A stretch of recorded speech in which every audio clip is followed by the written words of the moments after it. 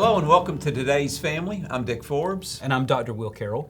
And welcome again. We're having just a dialogue about different topics and different situations for folks. And last couple of shows that we did, Will, we talked about more of the types of narcissism, the grandiose, I can't remember all of them. And then we talked about being in a relationship with narcissism. Right. But this today, if you are in a relationship with a narcissist, by marriage or by blood, or it's a relationship, maybe employer, how can I cope?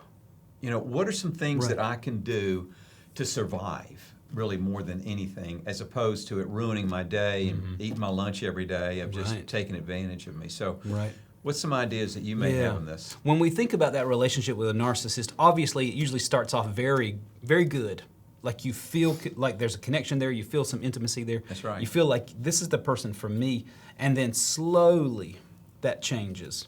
And it does become one of those things where I realize he's just here for him, and I'm a background character in his movie.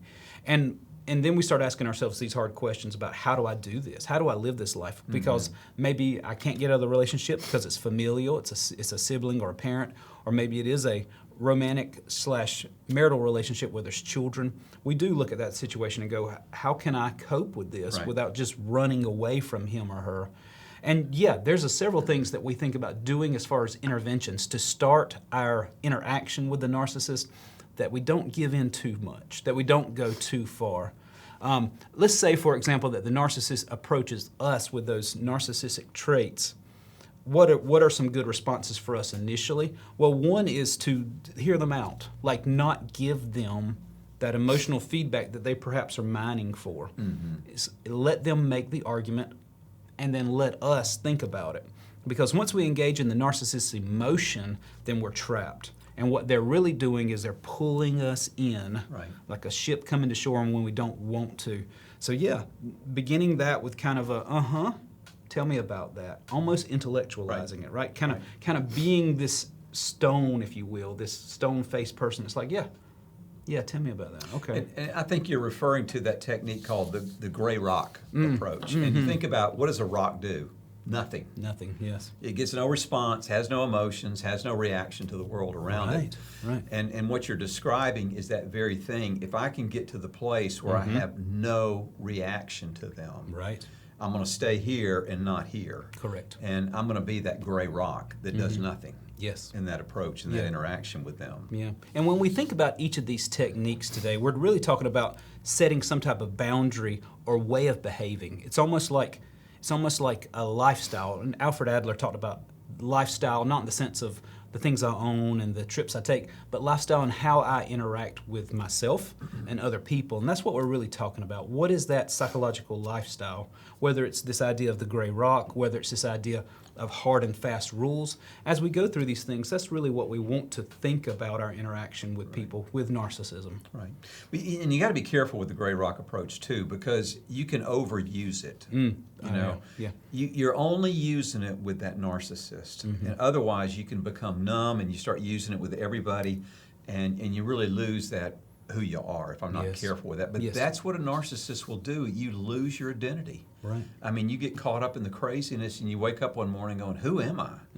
I don't know what I like, what I don't like, what I want to do, what I don't want to do. Yeah, why am I here? We do ask those questions when we're in a relationship with anybody with a personality disorder, but certainly narcissism, where we look at them and go, why am I putting up with this? Yeah. And that leads us to another idea of, as we set those boundaries, rules for ourselves. Now, it's easy to look at somebody and go, you need to. But in reality, the only person we can set boundaries with is ourselves. We're the only ones we can enforce that rule that we're making. And that means we look at the narcissist and we say, no, that's not what I do. Right. I'm not willing to. And we use those I statements because what we need the narcissist to understand is, I'm not willing to violate my own conscience. Well, and boundaries, I think, especially if you're a nice person, if you fall in that people-pleasing category, boundaries are difficult. But with a narcissist, boundaries are absolutely vital for survival in there. If you're going to raise your voice to me, then I'm walking away. Right. If you can't talk to me respectfully, we're done. Right. And that may come across rude or inconsiderate, but there are times where you have to be that forceful with a narcissist. That's true. Don't announce your boundaries. Well, I'm setting limits with you, because they'll jump on that. They'll try to poke holes in that. Test and test. But just act on them. Right. You know, just Right. do them. Set those boundaries. Your gut may be churning, your heart may be racing, but in the long run, you're going to survive so much better when you have these Right. boundaries with a narcissist. So Right. that's a key point right there of just setting limits, setting boundaries, and learn the word no. No's a beautiful word. It is. You know, It is. and so you know it's. They'll take advantage of you if you That's let right. them. Yeah, as Dick's talking about this, I'm thinking about the situation of a mother and an adult child, and the adult child is taking advantage of mom, and mom can't use the word no. Now, she feels differently than he does. He's narcissistic, and she's more of this dependent relationship. But the best thing in her situation is to be able to look at him, her adult child, and say, no. Yeah. I don't feel like doing that, or I don't do that. However you establish that boundary with your adult child, it's Right. no. Whether that's money, whether that's having people over, whatever that is. But yeah, when we think about setting those boundaries, it can be as simple as being able to say no to our adult children, and it can certainly be more complicated. Right. Well, and I think you got to understand this about boundaries too. Boundaries is not about me trying to control you. Correct. All boundaries are about is me controlling myself. Yes. My response to that person, my Yes. response to the situation. Because if you think you're going to control them, you know, No. good luck with that one too. That one's outside your hula hoop. Yes, yeah, I would agree with that. And I like the idea of having things that we hold ourselves to, a standard we lift up. And it's easy in Christian circles for us to talk about things that we should do, spiritual disciplines, things that we should do to be better Christians, reading our Bible or tithing or church attendance. But boundaries in life are very much the exact same thing. I'm not going to go to those kind of places, or I'm going to refrain from eating those kind of foods. Certainly they're appropriate with the narcissist who you share a roof with, where you look at them and go, I'm just not going to tell him how much money I have so that it never goes there. Or I'm not going to offer my time because I know he will consume it all. Right. Okay, so we've got the gray rock method. We've got setting boundaries and limits with the person and making sure you enforce those boundaries. One that I find very difficult to do is that whole detachment from them. Oh, yes. Oh, yes. I know in Melody Beatty's book, Codependent No More, she dedicates a whole chapter to just that word detachment. You know, if you're in a relationship with an alcoholic, part of it is that detachment Right. from their behavior is what you're detaching from. It's not being the ice queen or the cold shoulder. It's the silent trip. It's none of those things. Right. It's learning to detach that I am not going to respond emotionally to that person. Correct. And that whole detachment thing, it works once you get it, but it's hard to do because a lot of people have these guilt feelings about it. Right. And this is not unique to narcissism. I think about using this technique even with people who are borderline because they won't regulate their own emotions. And we understand that the emotional roller coaster they're on, we don't have to ride. And so we purposely pull back emotionally as if be an observer and kind of let them ride that emotional roller coaster until it's not fun anymore. Whether it's a borderline personality or narcissistic personality, they will wear themselves out riding that emotional roller coaster. And we do not have to ride. Now that is hard because we think, this is my spouse, this is my child, this is my sibling. They've reached out to me, I have to. But the truth is that emotional distance, that safe emotional distance is totally appropriate. And it's totally appropriate for us to go, nope, I will let you ride that emotional roller coaster by yourself. Right.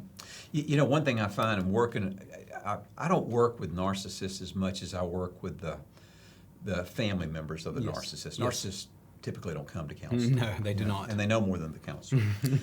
But one thing I find is they say, how can somebody think like that? How can somebody act that way?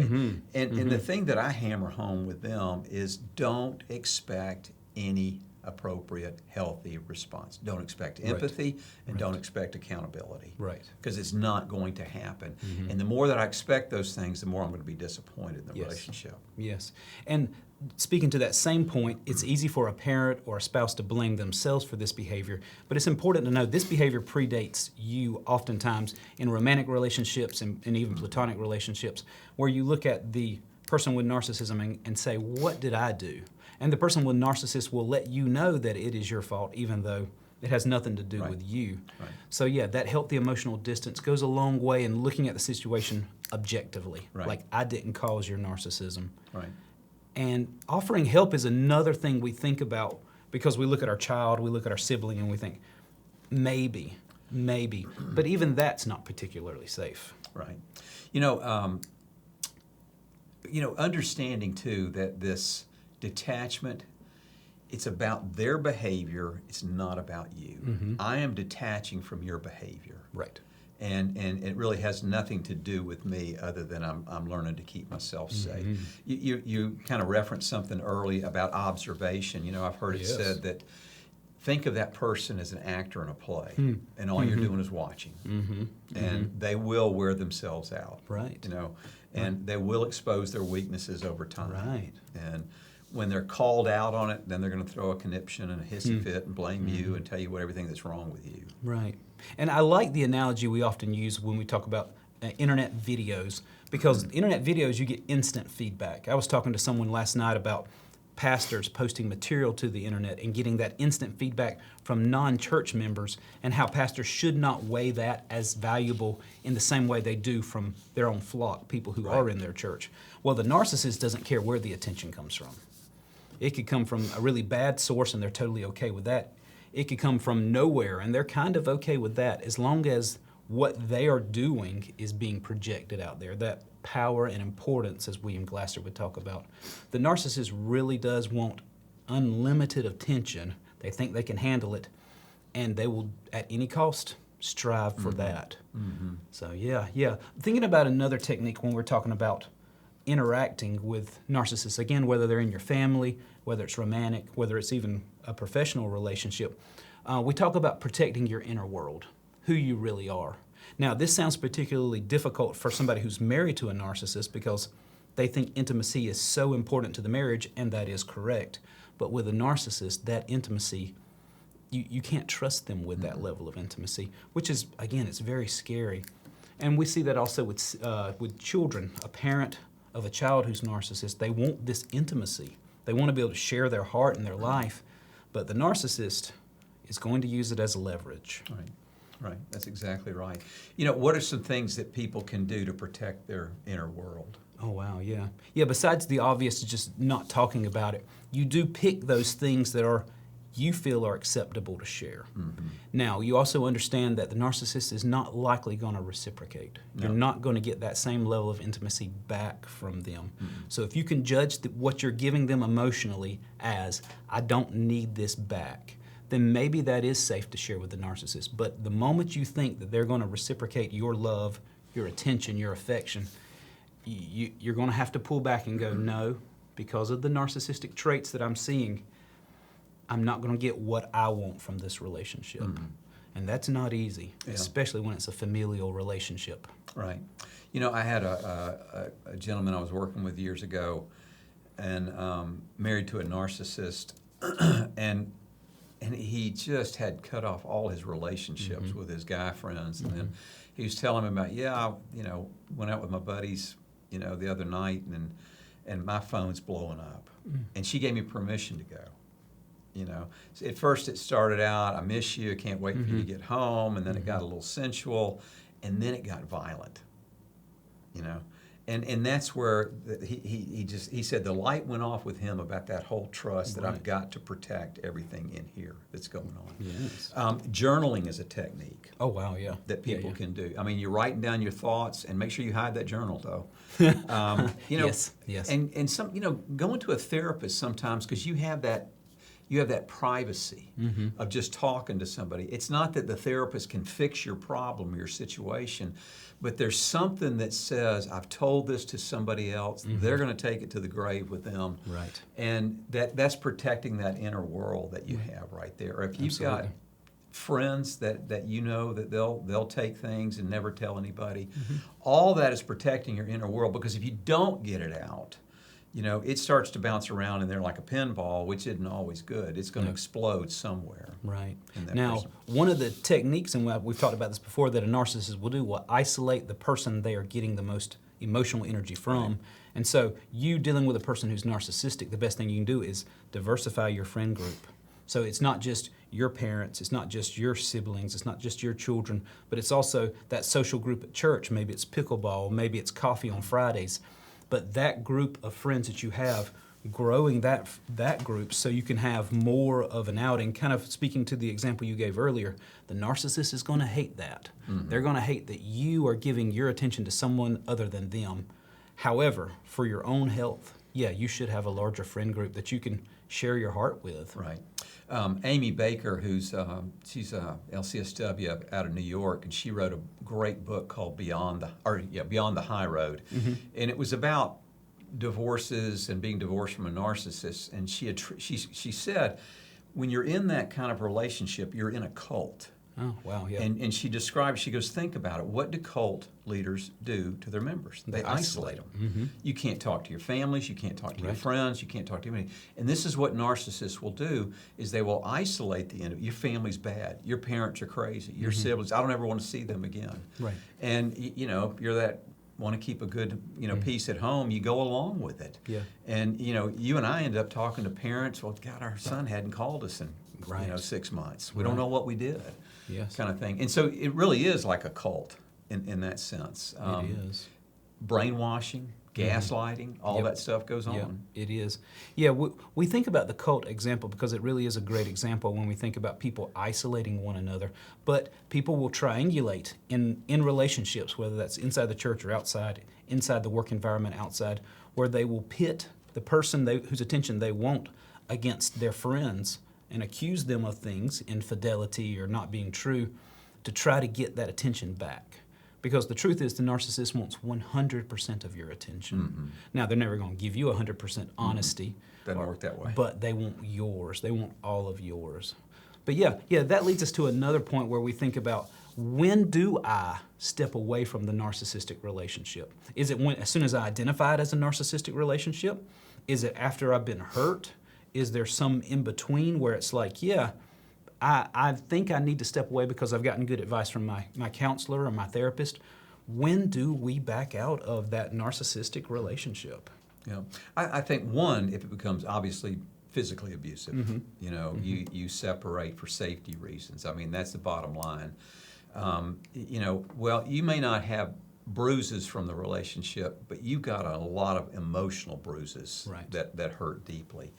And Will and I are not advocates of divorce per se. I mean, but there comes a time and place that maybe you have to separate. Right, absolutely. And that might get their attention. It might do something, but that's a decision, really on case by case and those kind of things. But there are times when I do have to step away from it. Yes. I have to step back for my own survival, my own sanity. Right. I'm going crazy right now in all this, and that's right. Because when you're in the middle of it, you're not objective with yourself. You're not. No. You don't see it clearly. You've become used to things. It's the old frog in the water experiment. You put him in boiling water, he hops out. Put him in cool water and turn the heat on low, they'll fry. Right. And and that's what happens in the long run with these relationships. You get used to it. You do. Think about this when your friends start giving you feedback, like your spouse or your child. They are really draining you. They're taking advantage of you. And we want to listen to our friends, but also this person in our life who seems to need our care is front and center, demanding most of our attention. Our friends can be a great source of wisdom, whether those are intimate friends, whether that's a neighbor, somebody at church, somebody we work with. When they start seeing things, do you think that is that red flag bright enough for people to pull away then? Or do we just need more wisdom? Do we need to talk to somebody? Right. I think if you start hearing that stuff on the front end, I think the person who's not the narcissist tends to deny it. Okay. Tends to push it down. I don't want to hear it. And so that's a process that takes place. Right. I mean, I don't think you just wake up one day and go, this person's crazy and I'm out of here. I think when our friends and family start pointing things out to us, we might even get defensive about it. And no, it's not that bad. No, it's not that. And a lot of denial will take place. But over time, when it's repeatedly pointed out and over out, you might start thinking, there's some truth to all this, and that's when you wake up and maybe make a decision right there on your own. But if you're going to step away, I think it's absolutely vital that you have an escape plan. Oh, yes. That you have someplace safe, a person that you can get out of there quickly. Right. Because it can escalate very quickly too. Absolutely. Absolutely. And I think people around us see what's going on. So being afraid to ask for help, yes, that's a legitimate feeling, but that shouldn't prevent us from asking for help. And maybe it is we go to our brother and say, hey, I just need to get away because of X, Y, and Z. Mm-hmm. Even if we give that explanation, that's the importance, again, of that friend group. As many of those people in our lives who love us and who will hear us out when we say, I'm in a bad place right now, who will hear us say, I need to step away because I don't feel safe emotionally or even physically, for our ladies who are in relationships with men who are narcissistic. Totally appropriate that we have friends who can give us honest and godly feedback. Mm-hmm. Yep. And I think more than anything else, if you can't do the counselor, if you can't do these other things, just find people that will support you. Right. Right. You know, like I said, they may not be able to fix it, but it is so nice having that outlet with somebody. It is. And if you've got a group of people that you know that you can confide in, that you can get support from them, jump on it big time. Absolutely. Absolutely. Narcissism is a serious mental health disorder. And when we see people with traits of narcissism, so not the full diagnosis, people often think, I can handle him or her. Mm-hmm. I can handle this. But those traits normally develop, and over a lifetime become serious enough to be diagnosed. And in those cases, people are often in danger emotionally and sometimes physically in dealing with people who have narcissistic personality disorder. And of course, your local church is always there for you. That outreach that you can receive from one another is huge. So please don't ever hesitate to reach out for help. Right. Or just start going somewhere on your own just to have that outlet. And then as you develop a safe place, it'll... Absolutely. Well, I think this was some good advice today, Will, that we've kind of thrown out for some people. And you know, if you are in that narcissistic relationship, get some help. I mean, just get somebody that will be very clear, very objective with you about the whole situation. Somebody that really doesn't have any skin in the game, so to speak, because they will speak more truth into you than that. Well, that's it for today. Any last comments? I will leave it at that. Okay. Well, thank you for joining us, and we'll see you again next time. Take care and God bless. Goodbye.